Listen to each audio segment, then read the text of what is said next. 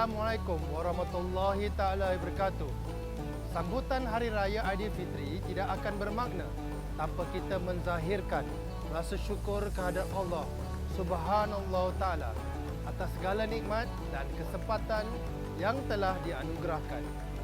Bulan Syawal yang penuh memberi keberkatan ini memberi ruang untuk kita bersama-sama meraihkan kebersamaan, memperkukuh silaturahim serta saling bermanfaat. Sempena Aidilfitri ini, marilah kita terus menyuburkan semangat menghormati dan saling memahami dalam kalangan warga, kementerian yang berbilang kaum dan agama agar perpaduan yang terjalin menjadi sumber kekuatan dan pemangkin kecemerlangan bersama.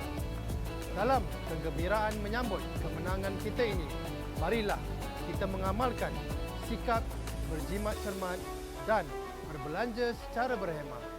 Semoga keterjaminan bekalan makanan negara terus terpelihara demi kesejahteraan masa hadapan. Akhir kata, selamat Hari Raya Aidilfitri, maaf zahir dan batin kepada seluruh umat Islam di Malaysia, khususnya buat warga KPKM. Semoga Aidilfitri kali ini membawa kebahagiaan buat semua. Bagi yang pulang ke kampung, pandulah dengan cermat serta utamakan keselamatan.